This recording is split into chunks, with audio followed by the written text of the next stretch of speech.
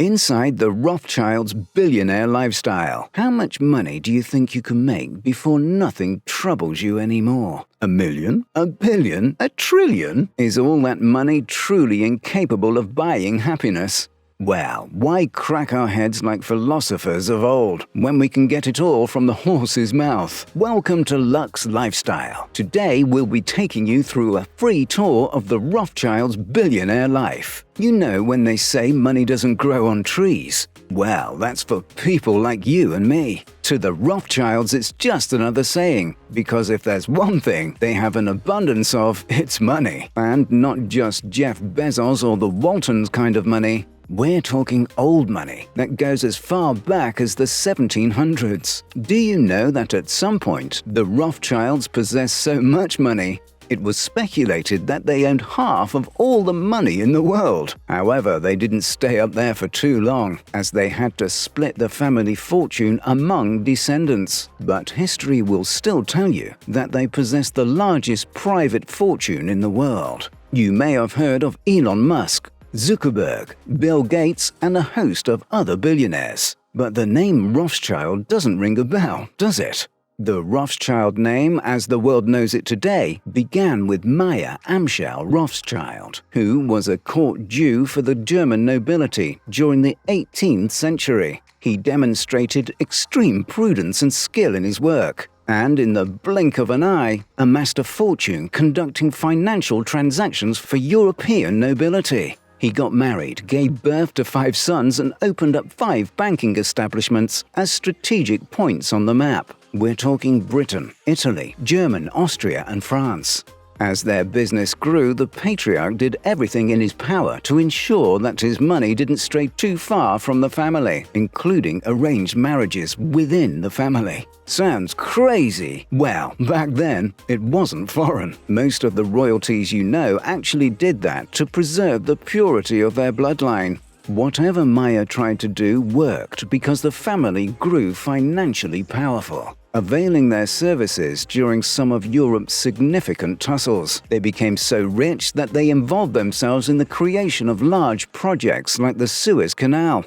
Did you know they bailed out the Bank of England from bankruptcy at some point, and even financed them during the Napoleonic Wars? That's the height of wealth, if you ask me. Can you imagine that? Getting so rich that you can single-handedly wipe a country's woes without feeling a thing. Forget Clark Kent, the Rothschilds are the real Superman. But they didn't just help the British. Remember those other countries they established branches at? Well, they assisted them too, giving them huge loans during war or bankruptcy in return for generous interests. Most people would view this as capitalism at its finest. But to the Rothschilds, they were using what they had, money, to get what they wanted, more money. Such feats are liable to spawn a litany of myths, and there hasn't been a shortage of them. One of them is that the Rothschilds own $500 trillion. Not even Elon Musk, the richest man currently, has up to that amount. But can you blame the people behind this, really? The Rothschilds owned and controlled so much money, people could only think of oceans of cash whenever the Rothschild name came on. More realistically, their worth is estimated to run from $500 billion to $1 trillion. And even if that's a massive step down from the astronomical $500 trillion, it's still much more than the names Forbes has on its list. Taking the tragedy of putting all of one's eggs into one basket, the Rothschilds have used their massive fortune to branch into other business ventures, like mining, art, transport, stocks, and real estate. Short of the oil industry, there aren't many business sectors out there that pack a punch quite like these 5. What about all the lavish lifestyle that attends people with lots of money? Don't the Rothschilds have any of that? Well, while you might see expensive furniture and whatnot in their possession, you'll find that they're not big on the flashy stuff other billionaire and multi-millionaires seem to crave. Having started as quite the practical family, they've kept up with that tradition, choosing to splurge money only on things that generate more money. One thing they've got an eye for is art. And at one point in time, they had about 3,500 art portraits in their possession. though all of this was taken during the German occupation of France. However, some of these portraits found their way back. If their investment in art is overwhelming, wait till you see how much gold they own. The Rothschilds don't lack for gold. I reckon it must look to them like stacks of hay now. They not only have tons of refined bars, but also own shares across various gold mines in the world. So, if you're waiting for gold to run out, you might be handing the watch over to your grandchildren sometime in the future. The Rothschilds have one amazing treasure trove of real estate across countries. From the US to the UK to Israel, they've got lots of mansions, chateaux, villas, estates, among others. Do you know they own 13 manors in Buckinghamshire alone? But the number doesn't matter as much as the cost of each house. Not a single house in the collection is less than $10 million. And real estate has an estimated value of $25 billion. Surprised? Yes, I was sure that the Rothschild reputation will rub off on their taste for real estate. But not $20 to $25 billion, sure. That's a lot of value for real estate owned by one family. However, all the money they have cannot be used just for investments. It would be impossible.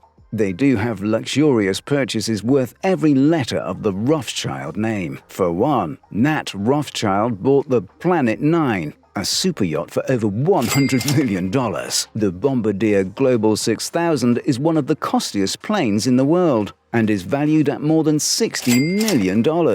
This is just one more magnificent possession in Nat's corner. Nat's purchases are jarring, but they're second to none. His great-granduncle, Walter Rothschild. Of course, if there was someone who is going to beat a Lux like Nat's, it would be another Rothschild. Walter, on the other hand, was the type for exotic animals rather than heavily expensive vehicles. He was as queer as he was rich, and once trained a troika of zebras and harnessed them to his carriage, using them to transport himself. Walter took his love for animals a bit further, using his vast pools of wealth as a guideline. This resulted in him owning the biggest specimen collection in the world. Money does make impossible things seem like child's play, and the Rothschilds are exemplary. While one sinks money into a car and a plane, another throws it into animals, and they don't feel a dime. How can they, when money flows in steadily? Like when they added $112 million to their coffers from selling a large piece of land in Austria. But there is always that suspicion that the Rothschilds own more than they let on. Do you think so too? Drop your answers in the comments section.